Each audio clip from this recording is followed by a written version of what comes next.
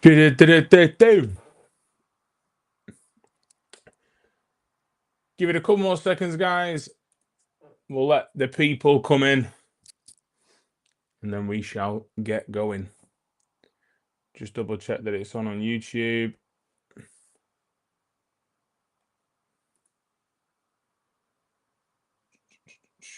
Yes, we are there. We are good. So, welcome back to Talking Reds Liverpool fans. I am your host, Ryan. Now, you've probably not seen me around these parts before, and that's totally understandable. But I'm sure you'll get to know me as the new face, potentially, of a late night Reds. The idea is to do late night shows around the 9:30 mark where we go over a little bit briefly about the day's news, but it's going to be a little bit more chilled, a little bit more relaxed. We're going to interact a lot more with the chat. And over time, you'll see us maybe do some like little quizzes together, some little games, maybe do some ranking systems, things like that. Just a little bit of fun and a little bit chilled out at the end of the day, obviously themed around Liverpool Football Club. So, what we'll do first is we'll start briefly by going over today's news. Liverpool Football Club are interested, as we know from the previous couple of days, in Hugo Ekitike. What I find very interesting, though, and I'll put this to you guys straight away, is nobody has dismissed the potential of signing Alexander Isak still. Now, I'm not saying it'd be Hugo Ekitike and Alexander Isak, but what I'm saying is the reporting around the Ekitike bid and the potential Ekitike business just seems a little bit off to me. I don't know about you guys, but it just seems a little bit off. So that's my first question to the chat as we go on is, do you think the Alexander Isak move is dead in the water? Or do you think it's still got a little bit more of a course to run? All right. So that one's for you guys. I personally have done my little bit of research over the past couple of days on Hugo Ekitike. I've delved into the stats a little bit. I've watched a few games, not just the highlights and seeing his goals and assists. I've watched a few of the games, and I have completely convinced myself that Hugo Ekitike is the better signing for Liverpool than Alexander Isak. All right, now let me make that clear, better signing. Not necessarily a better player, but definitely, in my opinion, a better signing. So let me just touch on that a little bit of why. Hugo Ekitike's capabilities of bringing others into play and create is one of the best in striker position for the under 25 age group in European football. Right now, I don't know about you guys, but I like my goals to be spread out from various different outputs across the team rather than pinning it all on one player. So, if we can have a striker who can himself bag 15, 20 Premier League goals, but also help him bring in Mo Salah into the action, Florian Wirtz into the action, potentially Cody Gakpo and Rodrygo into the action. McAllister, Szoboszlai, Gravenberg, linked with the players from deep.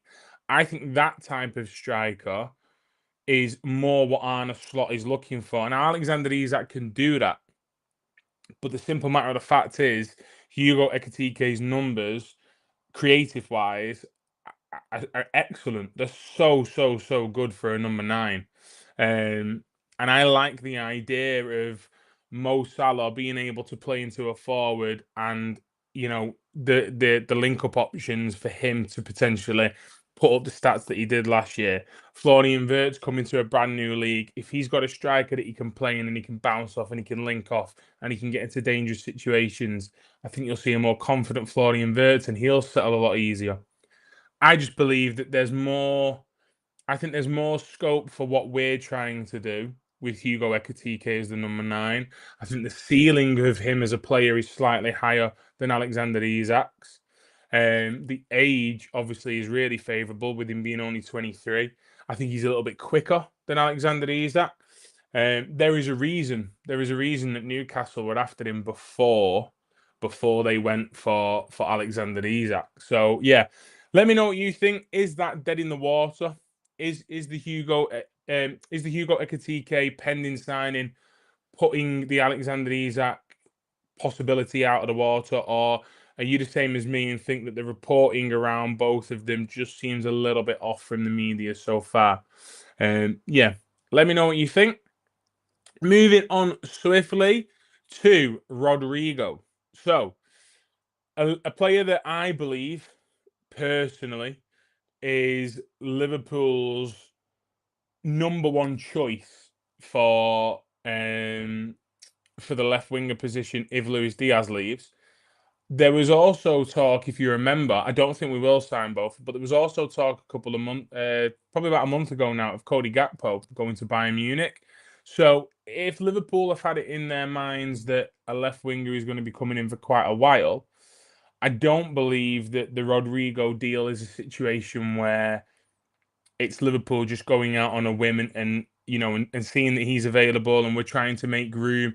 I think this is one where the club have been in talks with the player in his camp for quite a while. It's been pretty obvious since the Club World Cup and before that there was rumours that he might not be fancied at Real Madrid and that Xabi Alonso was going in a different direction. It appears as though, you know, that has been made clear to Rodrygo in his camp that Real Madrid are willing to do business for the player, and if they want to look elsewhere, you know, then they're open to, like I say, they're open to selling the player.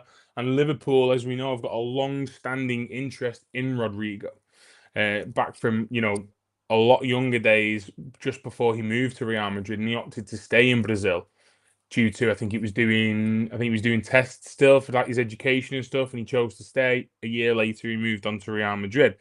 We know Liverpool like to do business of players that they've got a long-standing interest in. So I, I I believe personally, Liverpool have been scoping out the price for Rodrygo, and the price that we get quoted by Real Madrid will roughly be where the goalposts are for Luis Diaz.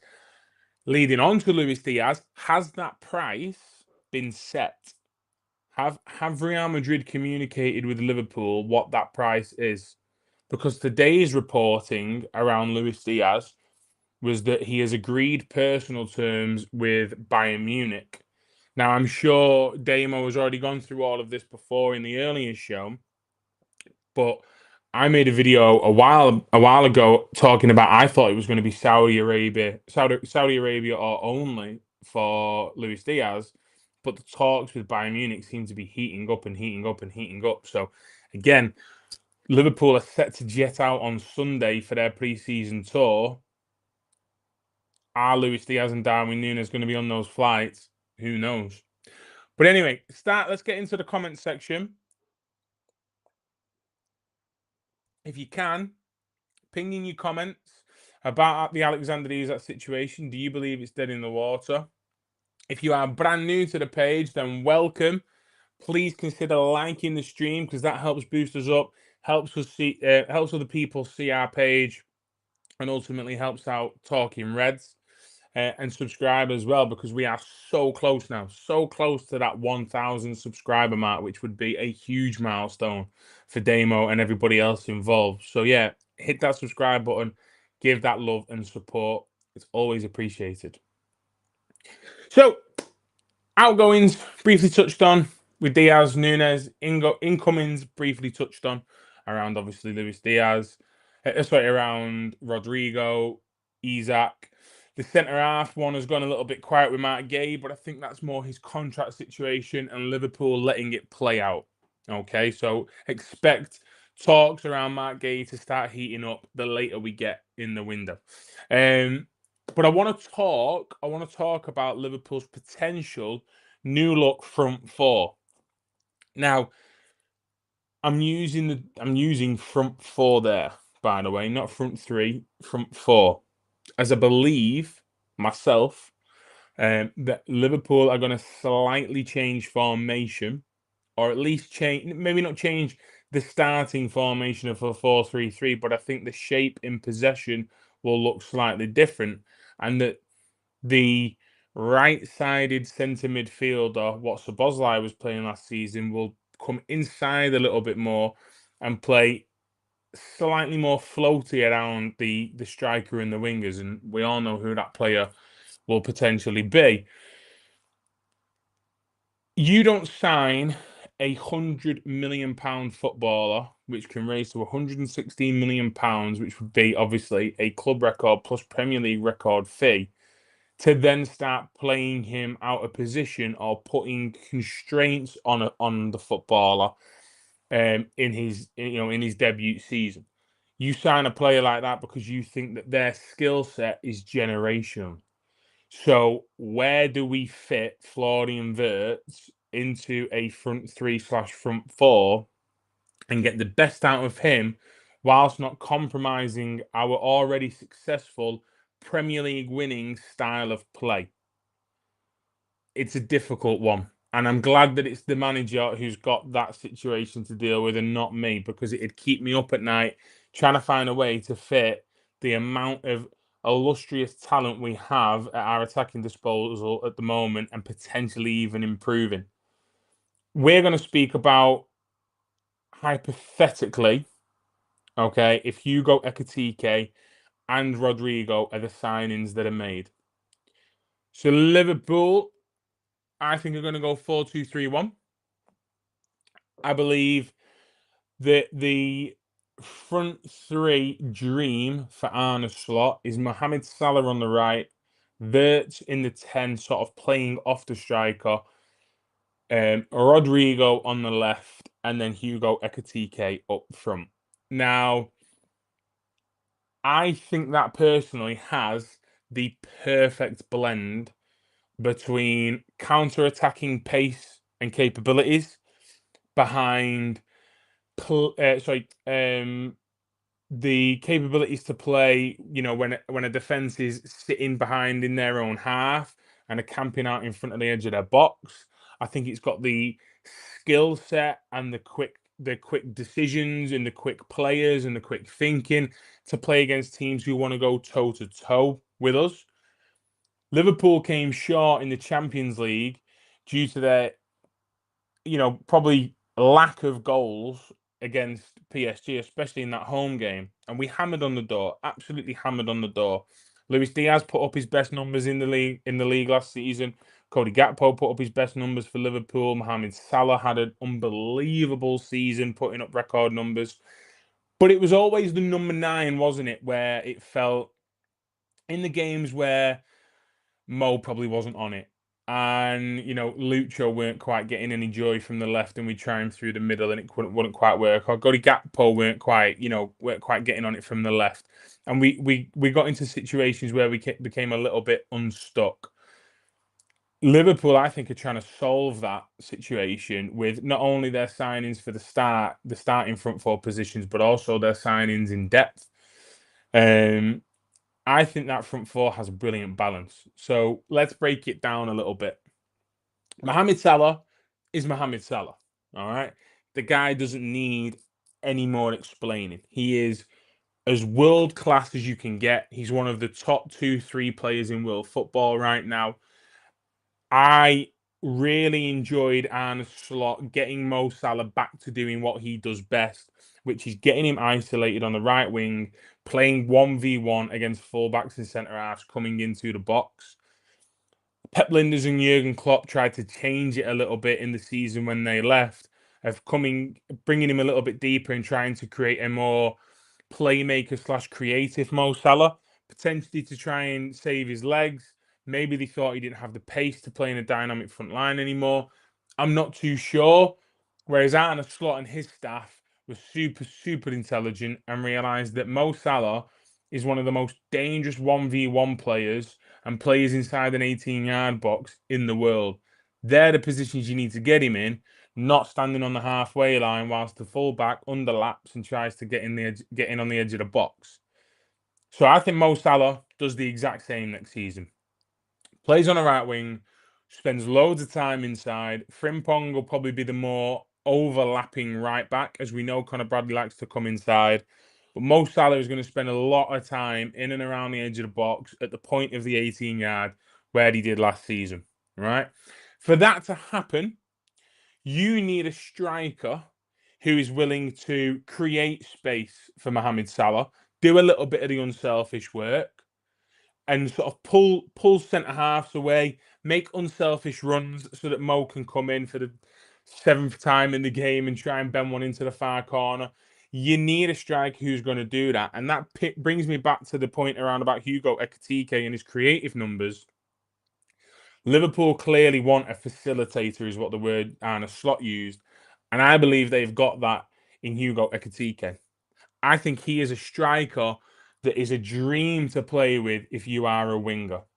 So Mohamed Salah, straight away, I don't see a reason why he can't replicate, if not identically or close to this season's numbers just gone, in the setup with Florian Wirtz and Hugo Ekitike.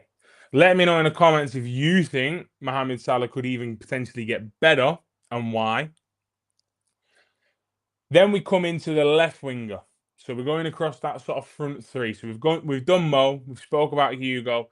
That left winger in Rodrygo. Okay, we're gonna, like I said, we're speaking hypotheticals of players who might sign. Rodrygo for me is the dream signing.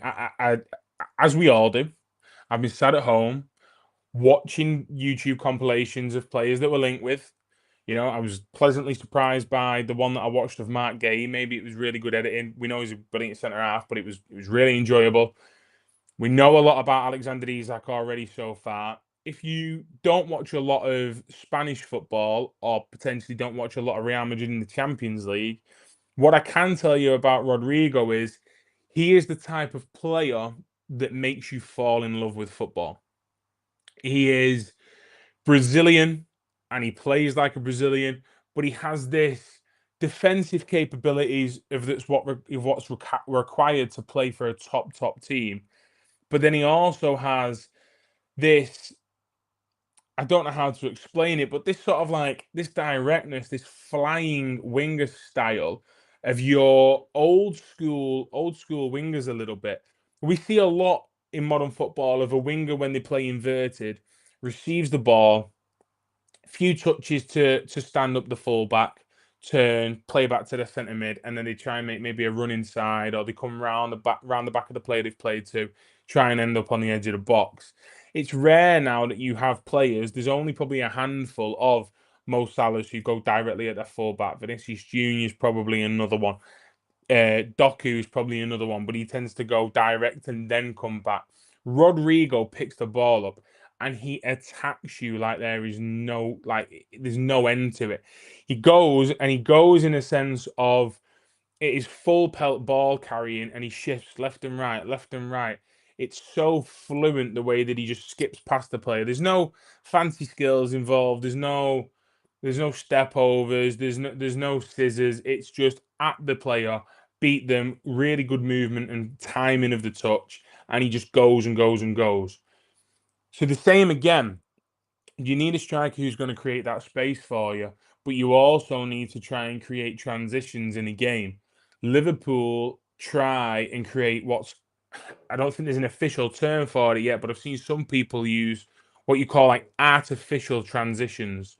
So Liverpool like to keep the ball, quite deep in their own half, or try and keep it on one side for a little bit to then get either a quick switch from one side to the other or a quick pass into Gravenberch where he does his turn, or Szoboszlai and Maka when they're a bit further ahead, so that when they turn and they go, they're going from halfway, maybe 4v4 or 5v5, with space still left in your opposition half to attack.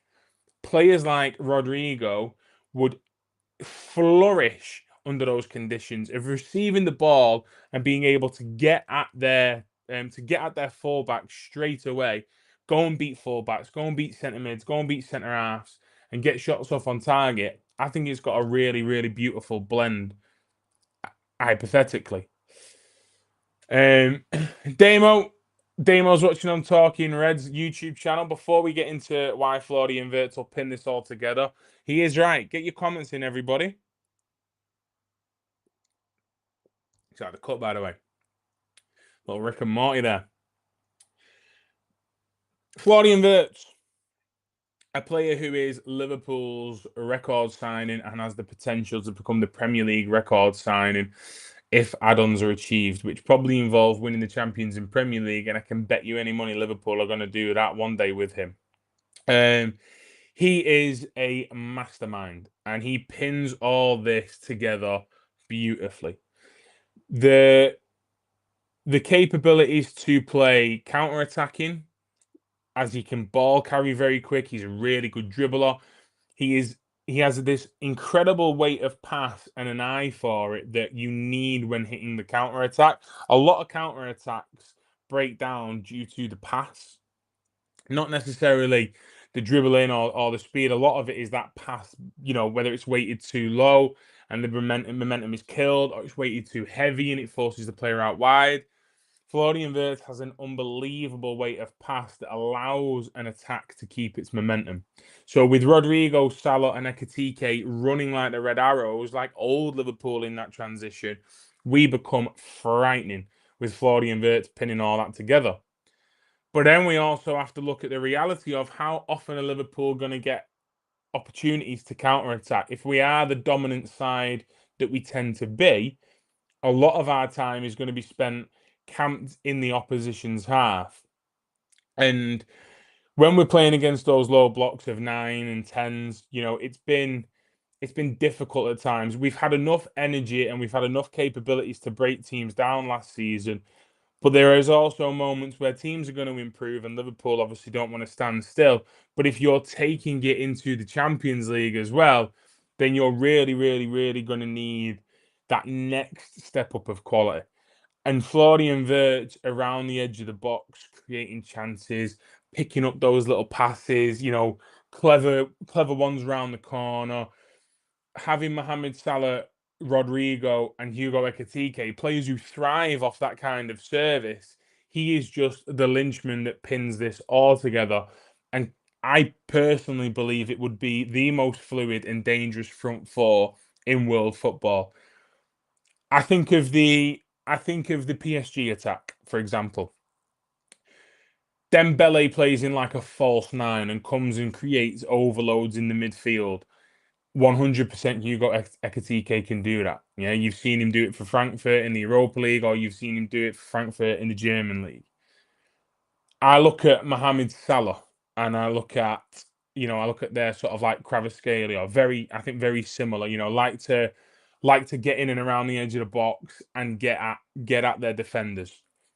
I look at Rodrygo and I look at Doué, very, very similar, direct, really super tight, close feet, like to go at players, really, really aggressive on their attack. And then I think you've got Wirtz, who then is like a different dimension to it that creates a completely different kind of style of front line. And I believe fluidity is the thing that you're going to see and hear the most of next season. When we're watching that front four, if it is the front four we all hope it to be, I think you're just going to be up off your chair all the time. Hello, DB. Very nice to see you, my mate. As he says, smash those likes and subs. We are on our way to 1K. It would be fantastic if you could support us like that. If not, then just come and leave a comment, join in the discussion. It's all healthy. Is there any other front fours that you guys would like to see? We've been linked to Anthony Gordon as a potential. Obviously, Alexander Isak is still being reported as Liverpool are there if and when Newcastle or Isak just completely say point blank no. Is it a different front three? Do you actually take one of the wingers out and play Wirtz off the left and put an extra midfielder in there and go Gravenberch, McAllister, Szoboszlai supplying Wirtz, Salah, and Ekitike or Isak? It's got flexibility, hasn't it? Or is it potentially a different signing than Rodrygo or Gordon? There's been links to Malik Fofana over at Lyon. What is everyone's thoughts on that potential front three/front four?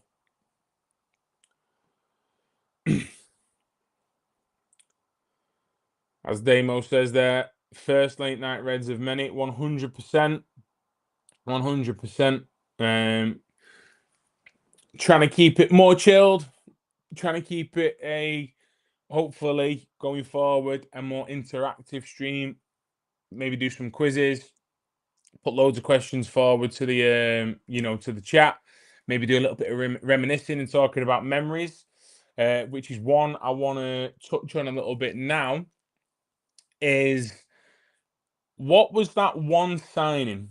All right, this this summer so far has probably been the most exciting summer as a Liverpool Football Club fan. It's been ridiculous. We've not had a chance to breathe, and it just will not stop. And it seems to carry on and carry on and carry on.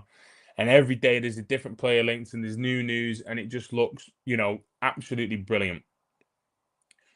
But what's that one transfer, that one signing? It can be this summer, it can be a previous summer, it can be it can be any window. What's that one signing that got you so excited? And I mean, like, you couldn't sleep at night because you were that desperate to see the player. Yeah, I'll put it forward to the comments, okay, that I don't think anybody in the world can guess who the player is that I got most excited about signing wise as a Liverpool player. DB says, greatest LFC channel on YouTube. Underrated, doesn't even come close. So people, you will love this channel's content. I assure you, you don't want to miss a stream. These guys do. I really appreciate that, DB. As someone new to the channel, and this being my first show, that's incredible to see what kind of support that we already have at Talking Red. So thank you very much.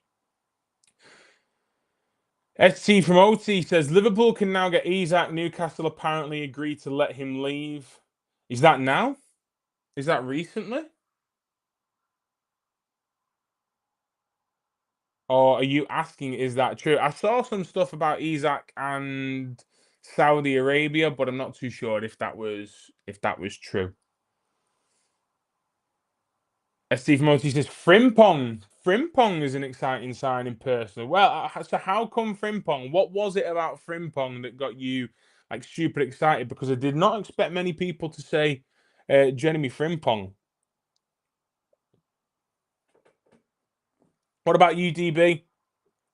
What was that one signing that got you super excited? Damo says he's not seen anything around Newcastle letting Alexander Isak leave. I do think the reporting around it is strange, but I agree. I don't think he moves this summer. One thing that was interesting, I believe it was reported after Damo would have finished the previous show, was that Hugo Ekitike is viewed as a signing that is being done regardless of whether it's incomings or outgoings, and it is a player that Liverpool, were going after anyway.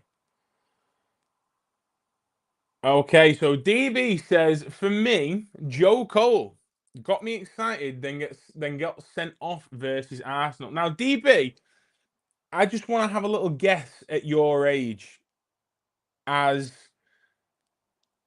me and you have got the same player for excitement of transfer, which I genuinely never thought anybody would have Joe Cole as their player, the same as me. Are you 28, 29, 30?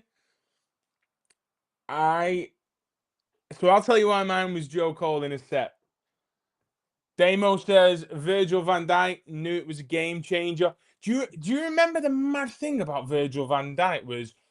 So I remember being on a walk with my mate, and it was the summer, wasn't it? And it was like, yeah, Virgil's coming. He's an Arsenal fan, so I was like, this is going to be such a good signing. It's going to be a game changer. Like you say, it's going to be the player that transforms this Liverpool team into the new generation. And we're literally talking about it. Go on my phone. Liverpool have been reported for tapping up Virgil van Dijk and have ended their interest in the player. And I remember, my heart hit the floor. I was absolutely gutted. And then Sam Maguire from Twitter started one of the most legendary threads on Twitter there has ever been. He was using Steven Gerrard Istanbul gifs when little new reports had come out about Liverpool still retain an interest in Virgil van Dijk. So he did like the Gerrard after he scored the header. And it was just a monumental time to be a Liverpool fan getting Virgil van Dijk. SC says Frimpong's pace and his approach in gaining the ball back is just different from what I've seen at Preston. Difference in energy on the right hand side is what was seen for me. Really good points about Frimpong. I thought him and Kirk has brought a much needed energy from that fullback position. Not nothing against Trent and Robbo for what they've done, but it felt like they were becoming more facilitators from deep rather than those flying fullbacks that we're used to. So, right, Joe Cole. I was in year 10. I think I was in year 10. DB says obviously he's 44. His name gives it away. I'll be honest with you, I didn't see the 1981 in your name. So yeah, fair enough.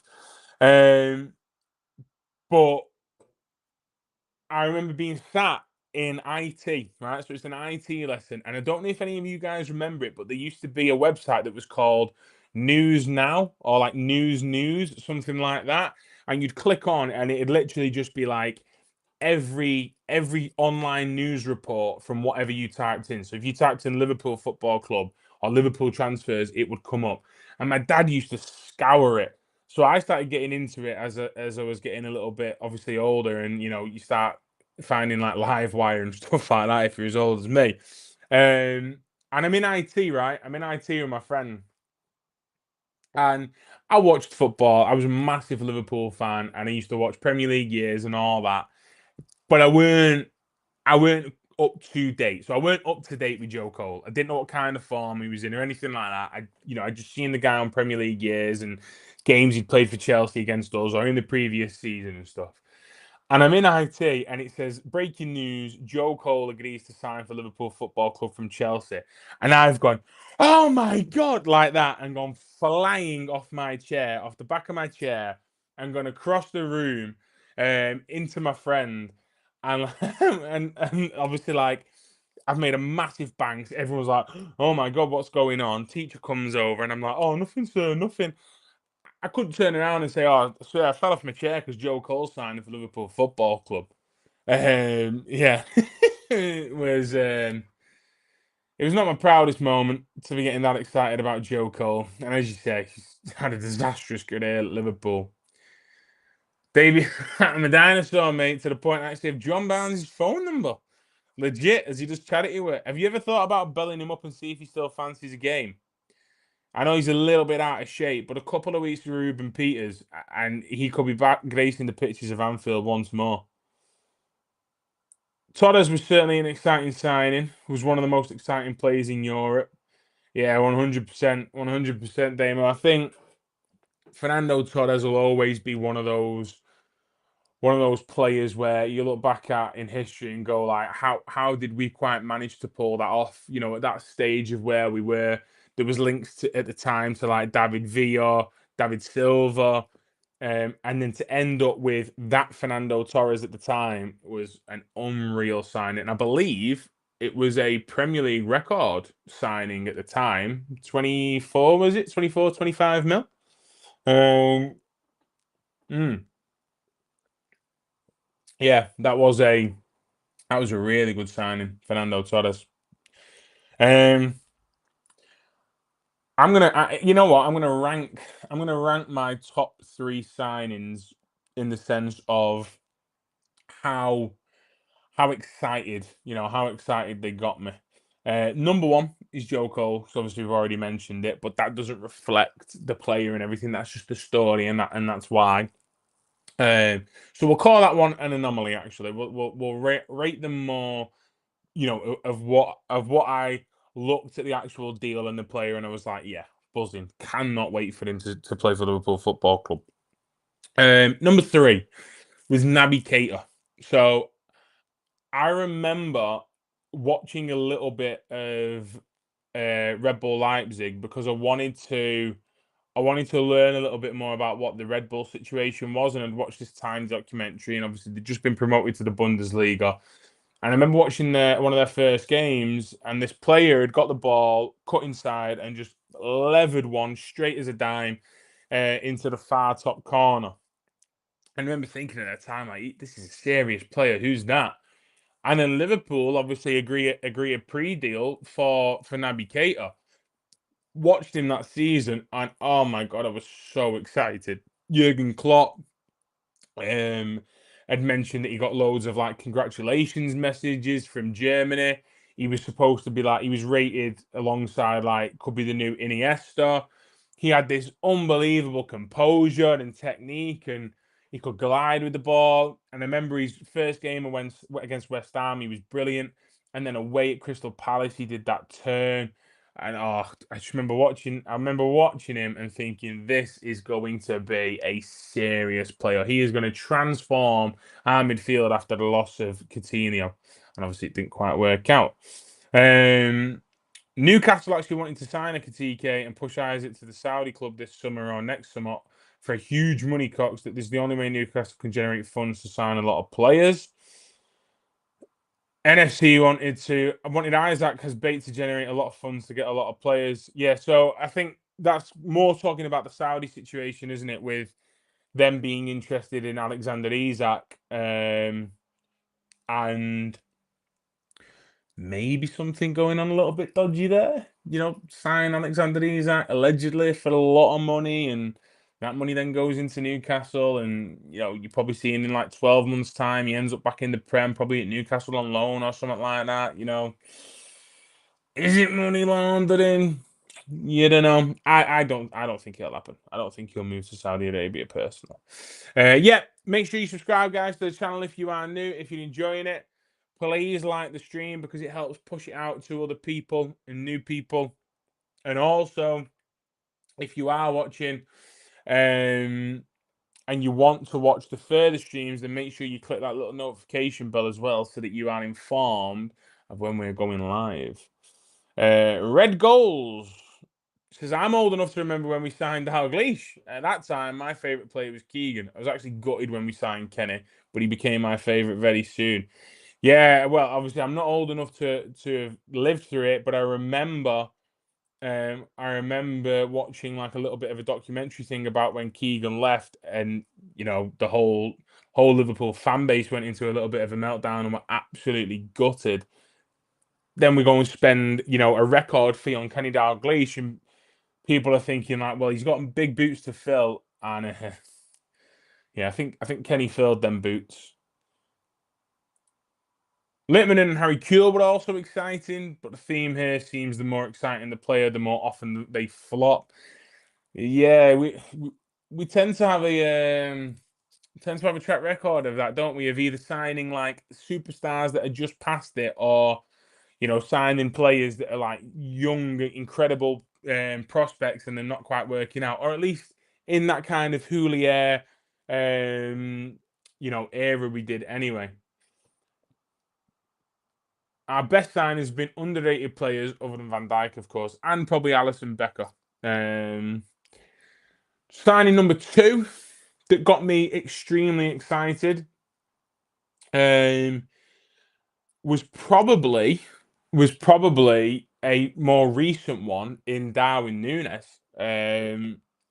Now, you know, my YouTube channel was created and sort of like birthed around Darwin Nunez and Cody Gakpo coming to the club because I was so excited about the signings. But Darwin Nunez, I remember. So my first footballing love was probably Fernando Torres, alongside Steven Gerrard.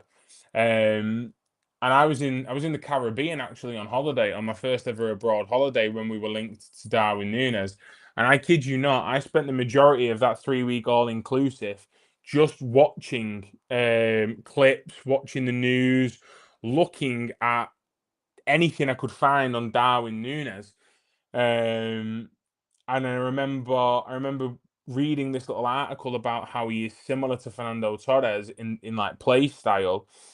And then, you know, you start putting it together of like the long hair and, you know, the new striker, and he had this like infectious personality. And I was so excited for Darwin Nunez to come to the club.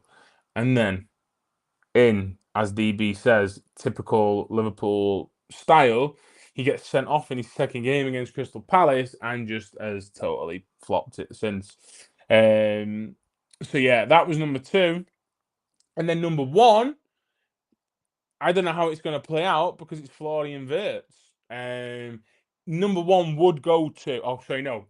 Number one would go to Rodrygo if we sign Rodrygo, and then Wirtz to Nunez three. But number one has got to be Florian Wirtz. This was a player that for me was in that kind of bracket of, Musiala, Wirtz, Mbappe when he was younger. These generational talents, these players that you just think you are destined to be world class. There is no doubt about it. There's nothing that can change my mind. You are going to be one of, if not the, best player in the world one day. And you just never realistically think Liverpool have got a chance to sign those players. You always think, well, they're gonna end up at PSG, or they're gonna end up at Real Madrid, or if the German Bayern Munich. So then when the reports came out, you're like, oh, well, we're throwing our name in the hat. We did the same with Kvaratskhelia. It doesn't really mean much. And then I remember driving to work, scroll down Twitter, and it comes out. Florian Wirtz has give preference to Liverpool Football Club. Still a lot of work to be done on the deal because Liverpool need to agree a fee, but they're now leading the race. And oh my God. Same again. Was on holiday in Mallorca. Spent the majority of the holiday in Mallorca just scrolling and scrolling and scrolling and scrolling, waiting to see that here we go for Florian Wirtz. And then it came on pretty much like the last day or the second to last day. I am desperate to watch Florian Wirtz wearing a Liverpool kit. There is no player and no signing that comes close to the level that he is at and could be. Maybe bar Virgil van Dijk. The excitement around him is just it's generational. It's generational. It's one that is frighteningly exciting. So we'll go back to the comments. ST says, not too sure on Ekitike cakes. Ekitike cakes. Fella, from what I've seen, but if it works, it works. Rodrygo is the main target, in my opinion, but I don't think it'll make sense until next year. How come next year for Rodrygo?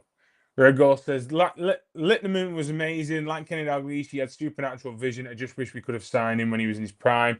That tends to be the general the general feeling, doesn't it, around Litterman, is that if we could have signed him, 3 or 4 years before, then we'd have got the absolute best for him. But his Liverpool career, it weren't that bad, was it really, considering? But yeah, I've seen a lot of people who have got their doubts around Hugo Ekitike. Like I can say, from doing my own research, for my own videos that I was making, I genuinely, hand on heart, believe he is the better signing and the better fit for Liverpool Football Club than Alexander Isak. Liverpool probably don't think that, hence why they're targeting Alexander Isak as their number one choice. But I think that's got more to do with wanting to be the dominant force in football in the here and now, rather than signing a player where it becomes a little bit of a risk, and you're probably going to have to wait 12 to 24 months to really, see the best of the player. But I think long-term wise, I really, really do think Hugo Ekitike is the better signing for Liverpool Football Club than Alexander Isak.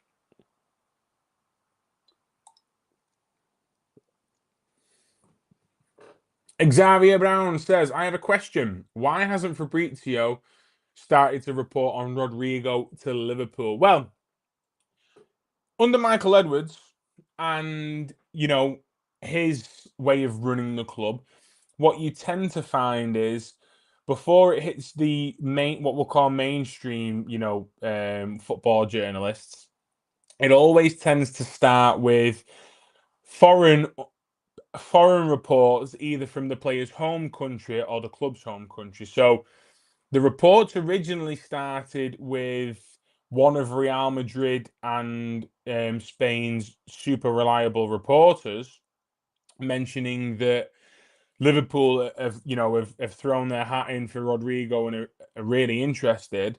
Then ESPN Brazil, who are super reliable for anything to do with Brazil and Brazilian players, reported that Liverpool are now going for Rodrygo and he is their first choice. I would expect, I would expect next week when we're starting to see Hugo Ekitike ramped up and Liverpool are out on the tour, especially if Darwin Nunez and Luis Diaz don't go on the tour.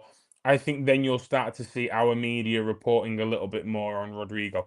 Alex Crook and Ben Jacobs, I think it was, have spoke about Rodrygo, saying that they expect Liverpool to ramp up their interest if Luis Diaz leaves, which is like a little bit of a soft launch of obviously more information that they've got to then release.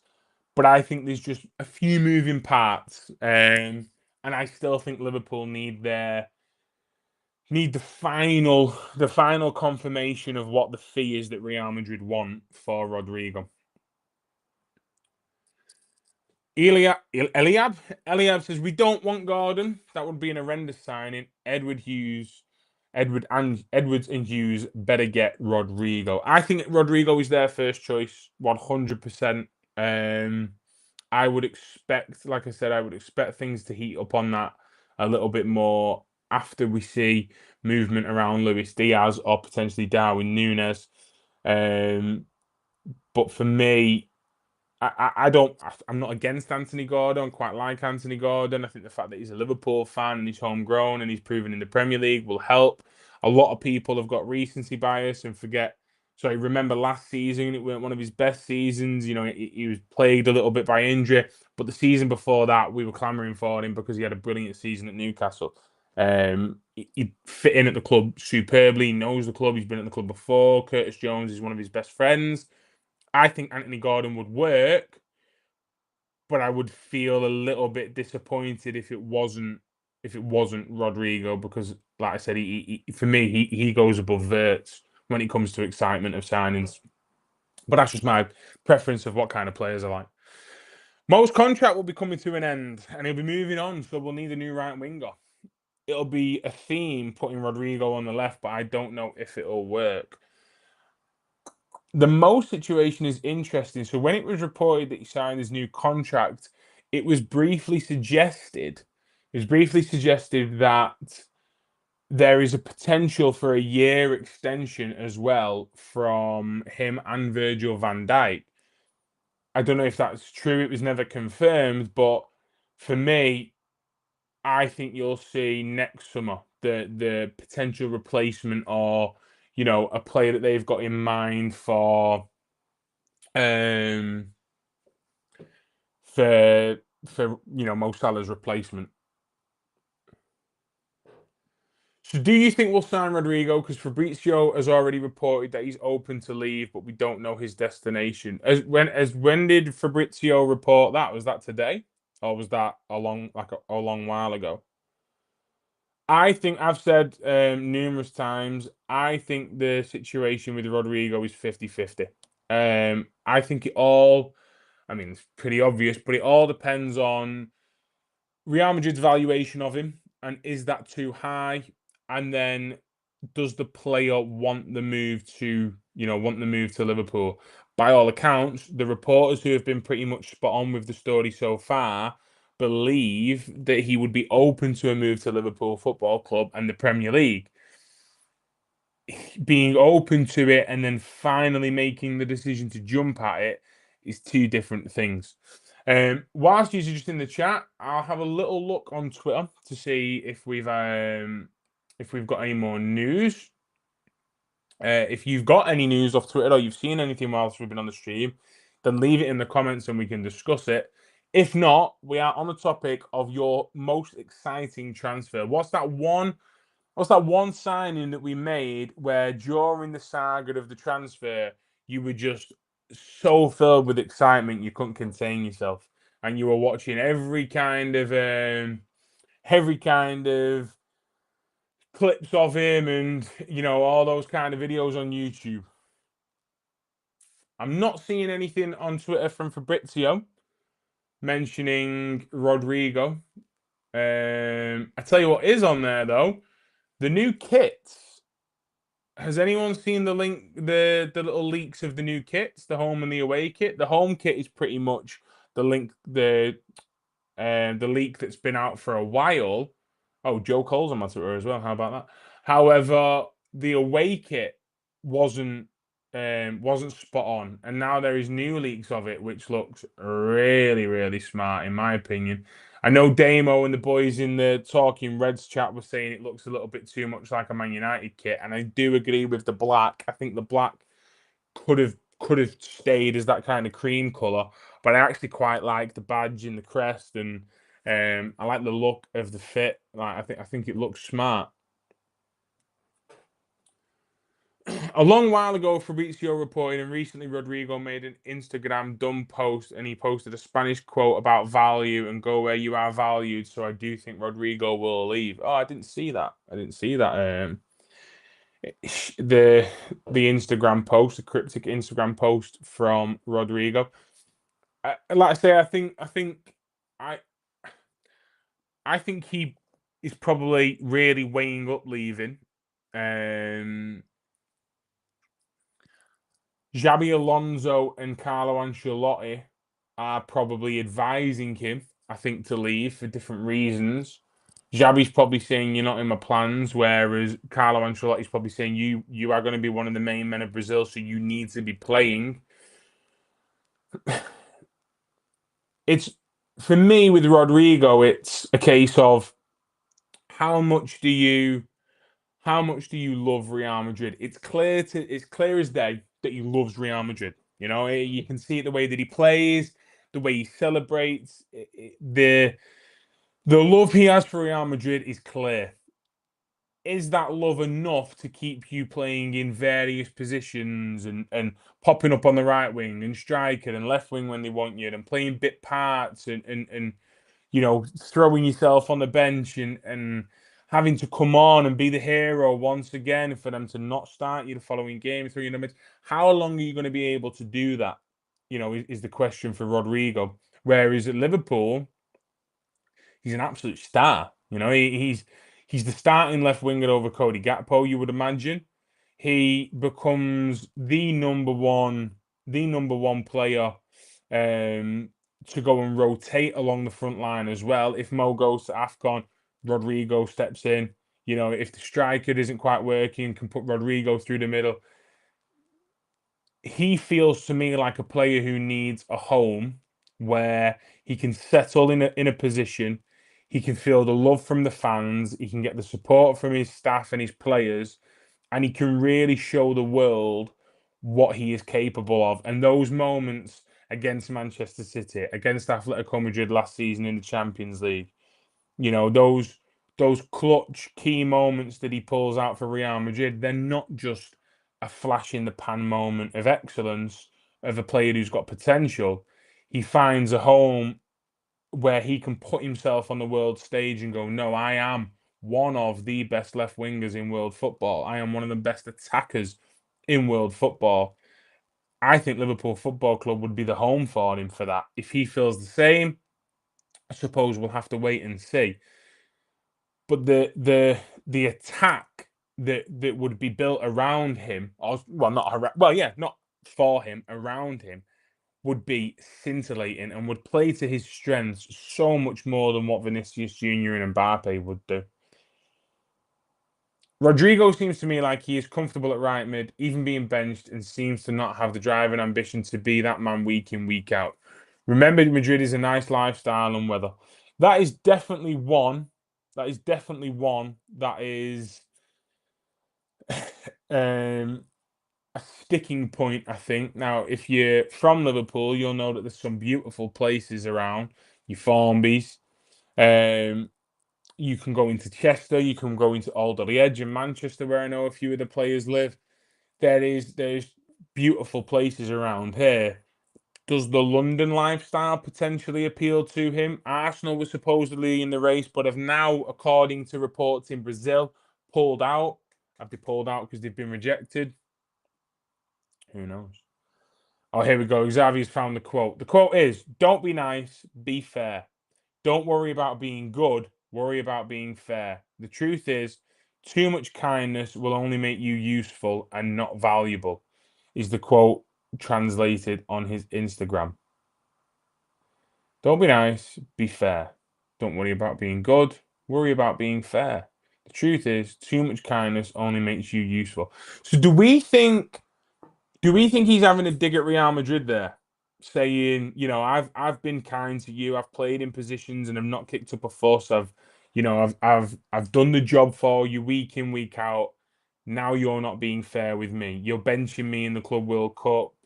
You're playing Ardagula in positions that I can play. Do we think that's what it is? Do we think he's having a little dig at Real Madrid there? Maybe the staff, maybe Xabi Alonso, maybe Florentino Perez. Rodrygo is the perfect Firmino replacement. With the technicality of Coutinho, he is rapid too, can play left wing, right wing striker in number 10. Versatility is something that Arne Slot desires from all his attackers and is absolutely key. And I 100% with the technicality of Coutinho, whilst also absolute rapid speed. He reminds me of like Doué. Like him and Doué, I think are very, very similar from PSG. How much would he want to play for Liverpool is the question, given that Brazilians think that Spain is paved with gold and they view the place with rose-coloured spectacles. Well, maybe that's changing for him, Red Goals. Maybe that's what that Instagram post is about. Maybe he's realising that Spain is a brilliant lifestyle and that's fantastic, but I've only got one career, and that career currently is being hampered by Real Madrid because this is a player that can put up ridiculous numbers and performances and challenge for Ballon d'Ors.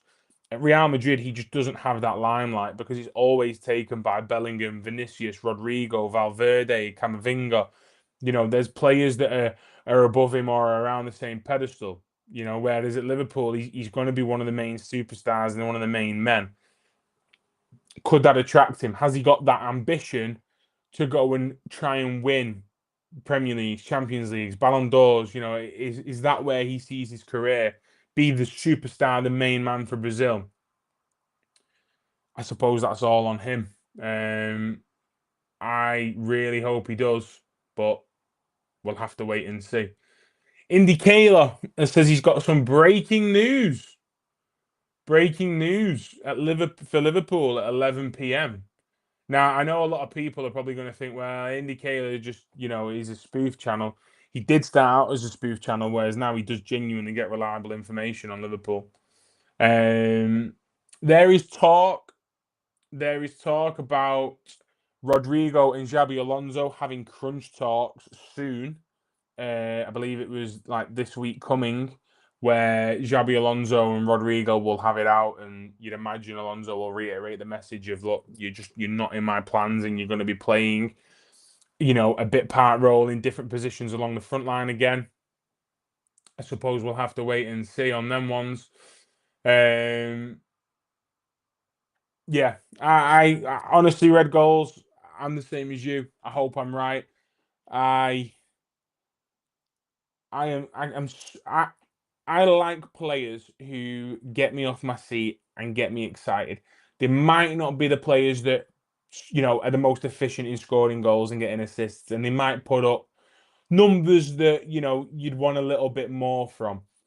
But if they strike fear into the opposition and they put the they put that love and that joy and that warm feeling into you when you watch football, I can get behind those kind of players all the time. Rodrygo is one of them.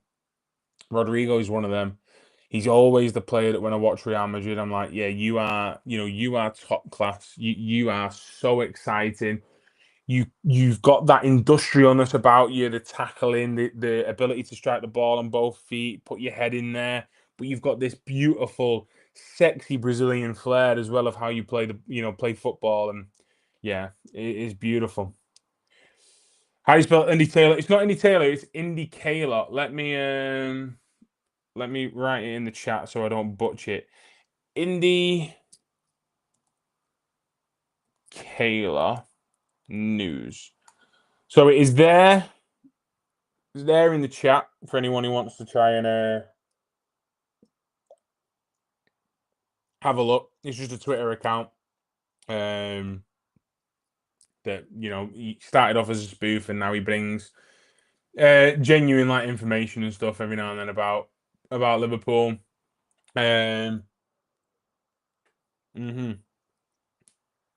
Question just before we end the show. How many more signings do Liverpool make? How many more signings? I'll give you a couple seconds to think about it. How many more signings do Liverpool make?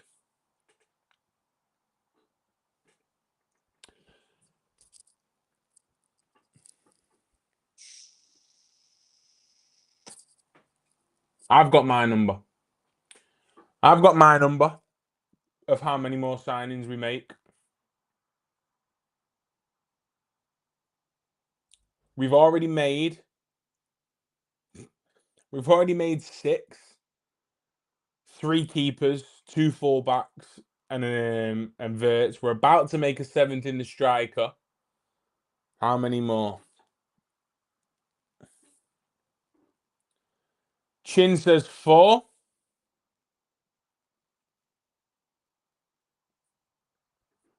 Anyone going higher or lower? Higher or lower than 4? I'll tell you mine. Mine is higher. Mine is higher than 4. Which sounds crazy. But mine is higher than 4. And then I'll actually tell you a breakdown of what I think the squad come the end of the season will actually look like. Is anybody going higher or lower than 4?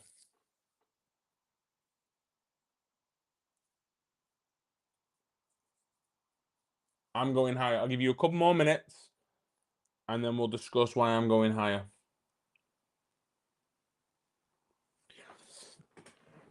If you are watching, whether it is on Twitch or it is on YouTube, make sure you subscribe, like the stream, send it out. It really, really helps. The more likes you get on the stream, the more it goes out to people. There is 13 of you in here right now. If all 13 of you smash the likes, that's 13 likes, and that pushes the stream out to more people, and that's how we build the late night Talking Reds show, and that's how we build the community on the channel in general. So it would be so appreciated if you would hit the likes on the stream. Really, really would appreciate it.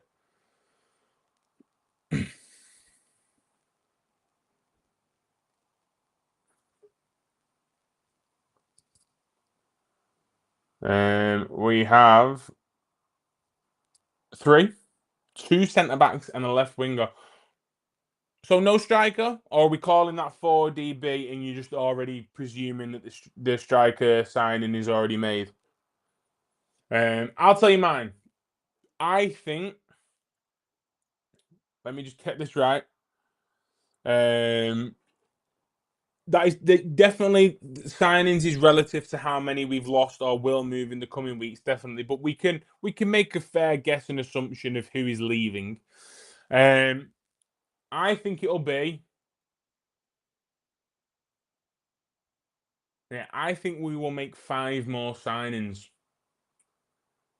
I think we'll sign 2 strikers. I think we'll sign 2 centre backs, and I think we'll sign a left winger. I think we'll sign Hugo Ekitike. I think we'll sign Rodrygo or Gordon. I think we'll sign Mark Gay. I think we'll sign a younger centre half, potentially one that goes back on loan to that club for a season. Yeah, I thought so. And I also think obviously we'll get a left winger. So I think the situation will look like Allison, Mamadashvili, and Woodhouse as the goalkeepers. I think it will be Connor Bradley and Frimpong as the right backs. I think it'll be Ibrahim Konate and Joe Gomez as the right centre back. I think it'll be Virgil van Dijk and Mark Gay as the left centre backs. I think it will be Simicas and Kirkes as the left backs. I think it will be Endo and Gravenberch as the CDMs. I think it'll be McAllister, Szoboszlai, Florian Wirtz, Curtis Jones as the midfield, sort of like the four, like number eights to go through. I think it'll be Cody Gakpo and Rodrygo as the left wingers. I think it'll be Hugo Ekitike and a more experienced, cheaper striker come the end of the window. And I think it will be Mohamed Salah as the right winger. Youth, I think you'll then see Trainione get his chances. I think you'll see Rio and Gamoa get his chances. Jaden Dans, I reckon, goes back on loan to Sunderland. But Lewis Kumas might stay and play as one of the strikers and get his chances. So yeah, I honestly I think there's potential scope there for another 5 signings. Like I say, including the striker.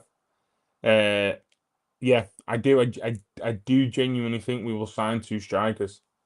I don't think it was on the agenda, but obviously the unfortunate situation with Diogo means that there is one less striker in the team. Outgoings, I think are pretty nailed on. Darwin Nunez, Luis Diaz, Harvey Elliott, Tyler Morton. I think Robbo still potentially leaves. And I think Federico Chiesa goes come the back end of the transfer window. DB, one key question before you go. We went by the most exciting signing earlier. What is the worst signing or most disappointing one for you? Tough question, to be fair. There's been a few. You know what? Whenever I get that kind of question, I instantly go to that Roy Hodgson transfer window and think, what the absolute, like, who made those decisions at the club? Who unveiled, revealed, I think, was it Danny Wilson, Joe Cole, Poulsen, and Jovanovic or something like that as like this 4 of like, oh, look at these, as if like they're going to be exciting. I'll tell you one who did actually excite me though. Do you remember? Was it Kinchelski from Fulham? The board left back. He scored against us in the FA Cup final. He was scoring bangers for Fulham, and I genuinely now cannot tell you I remember him physically playing for Liverpool Football Club. I cannot remember.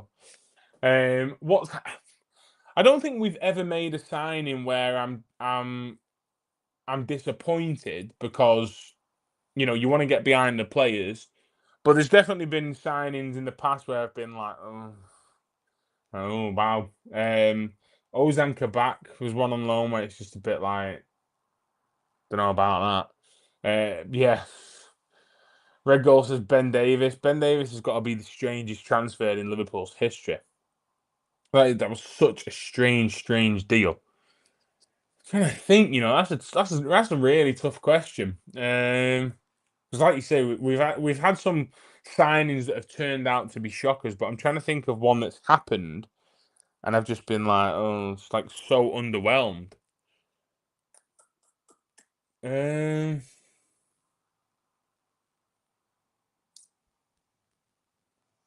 don't know, because I need to think of one where I'm like old enough as well to understand the signing and be like, oh, this is a player because we were signing this for blah blah blah X Y Z. I don't know. I think that's one to. I think that's one to potentially, really think about. Oh, I remember actually being like, it's not excited, but just when you get random transfers and you're like, wow, this could just be a fun ride. This, I remember signing Corker and being like, what the hell, like, and then yeah, never played centre half. signed and played like 3 games all up front. You know, like played up front against Arsenal, up front away at Norwich. Proper mad. Alberto Aquilani. Now, Alberto Aquilani, is that more one that you were disappointed because of how it worked out, or before we were signing him? Because before we were signing him, he was a really, really exciting player in Italy. Alberto Aquilani. He's a really exciting player. I'd have to go. I think I'd have to go Christian Poulsen. Christian Poulsen's definitely a signing where it was like, ooh, Juventus, you know, big team, like really big player, but it just did not work out. Do you remember Paul Konchesky? Yeah, that's the left back I was on about from Fulham. Do you remember the goal he scored against us in the FA Cup final for West Ham? He tried to put a cross in, and he literally like absolutely shanked this cross from nearly halfway line, and it nearly beat Rayner, and he tipped it over the bar. And then he travelled up the pitch a little bit further a couple of minutes later, and has put the same cross in, shanking it by accident, but this time it went over Rayner and went in, and that made it 3-2 to them as well. Yeah, Paul Konchesky, man. That is definitely a signing and a player that I do not want to go back across. Okay. Fabrizio Romano, just before we go, because this could potentially be breaking, because apparently there is something that's teed up for tonight. Fabrizio Romano has repinned his tweet saying Liverpool have made club-to-club approach with Newcastle to discuss record bid for Alexander Isak. Why is he repinning that? Why is he repinning that? Is something coming out? Surely not. Surely nothing's coming out. Sean Dundee. I went around for Sean Dundee. I don't remember Sean Dundee, but I've got a mate who I do streams with who remembers Sean Dundee and goes on about him quite often about how bad of a player he was. So yeah, Sean Dundee, that's one. Right. Anyway, we are signing off. First of all, I want to thank you all so much for joining in the comment section. If you liked the stream, brilliant. If you stayed around and watched my first late night Red show, I really, really appreciate it. Obviously, you know, this is my debut on the channel, and I hope it's gone well. I hope you've enjoyed chatting with me tonight. Expect to see more of me and Damo and the other lads. The streams are now going to be more consistent and be scattered throughout the day. So you're going to have a morning stream, an afternoon, and an evening, at least, you know, a couple of times a week, which is fantastic. And yeah, I want to say welcome if you are new. Thank you for obviously welcoming me to the Talking Reds family. And yeah, if you are in here, then I would really, really appreciate it if you would like the stream, if you would subscribe to Talking Reds. We are so close to 1,000 followers and subscribers. So that would be insane. And yeah, thank you. Thank you very much, DB. It's been a really, really enjoyable stream. Really, really appreciate it.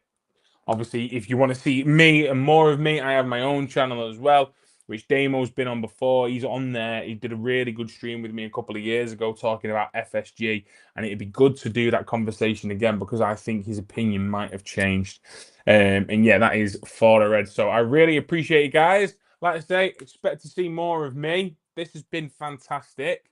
Signing off. I'll see you all soon. Damn right. This is just